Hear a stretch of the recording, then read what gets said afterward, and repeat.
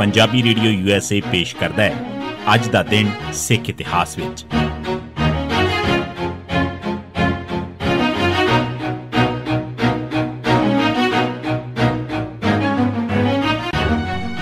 सिख इतिहास दीआं घटनावां च 17 अगस्त दा दिन 1924 जैतो मोर्चे वास्ते 12वां जत्था सुच्चा सिंह रोडे की अगवाई हेठ चलिया।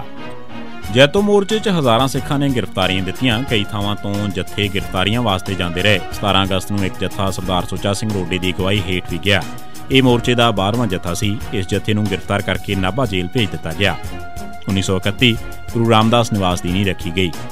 दरबार साहिब कंपलैक्स की पहली सरां गुरु रामदास निवास की नींह 17 अगस्त 1931 के दिन रखी गई सी। उस वेले इस सरां की सारी सेवा संगतां ने आप कार सेवा राहीं मुकम्मल की ते तकरीबन 1 साल च ही यह सरां बन के तैयार हो गई। उस वेले दीआं सरावां चों यह सब तो वड्डी सी। हुण तां दरबार साहिब कंपलैक्स च गुरु नानक निवास, गुरु हरगोबिंद निवास, गुरु अर्जन निवास, माता गंगा निवास सरावां भी बन चुकियां ने।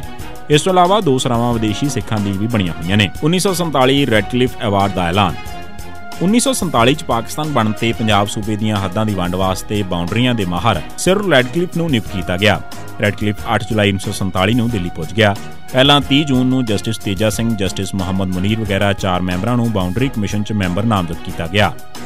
पर बाद च कमिशन की पहली बैठक 14 जुलाई नूं होई ते इस ते सारियां पार्टियां तो 18 जुलाई तक मैमोरेंडम मंग लए। फिर 21 जुलाई तो 31 जुलाई तक बैठकां होईआं, जिन्हां च बड़े मशहूर वकील ते आगू पेश हो के अपना अपना पक्ष पेश करते रहे। अकाली दल वल्लों हरनाम सिंह, हिंदुआं वल्लों सीतलवाड़, मुसलमानां वल्लों जफरुल्ला खान ने केस पेश किया। हिंदू रिपोर्ट मुताबक मेहर चंद महाजन की सिफारिश रावी नूं हद मन के वंड की सिफारिश करती सी, जबकि लाहौर पूर्वी पंजाब च शामिल किया जाना सी। सिख पक्ष मुताबक तेजा सिंह की सिफारिश सी कि चनाह नूं हद मन के वंड की जाए। शेखूपुरा, गुजरांवाला, मिंटकुमरी ते लायलपुर पूर्वी पंजाब च रखे जाण, क्योंकि शेखूपुरा, गुजरांवाला ते लायलपुर च सिख जिमीदार मुसलमानां तो ज्यादा मालीए दिंदे सन। फिर गुरु नानक साहब का जन्म स्थान ननकाणा साहब भी शेखूपुरा च सी। रैडक्लिफ ने अवार्ड तैयार कर लिया, पर इसनूं 16 अगस्त 1947 की शाम नूं रिलीज़ किया गया। मीडिया च यह अवार्ड 17 अगस्त की सवेर नूं पेश होया। इस हेठ 3 जून की योजना ते ही वंड कर दी गई। सिर्फ 2 तब्दीलियां सन। कसूर के 4 पुलिस थाणे पूर्वी पंजाब नूं ते गुरदासपुर जिला पूर्वी पंजाब नूं ते इस चों शकरगढ़ तहसील पश्चिमी पंजाब नूं दित्ती गई। फिरोजपुर, जीरा, मखू ते गुरदासपुर ऐन आखिरी मौके ते पाकिस्तान च जांदे जांदे बचे। रैडक्लिफ ने मुख आधार रावी ते सतलुज दरिया ही रखिया सी। उसने सिर्फ इन्हां दरियावां विचली विथ वाली जमीन ते पिंडां दा मसला ही हल किया। जे किते इस अवार्ड का पहला ऐलान हो जाता तां इतनी वध टुक ना हुंदी जिन्नी हुण होई सी। हज़ारां घर साड़े गए, लखां लोग कतल होए, जमीनां ते समान नूं लुटिया गया, औरतां नूं बेपत किया गया।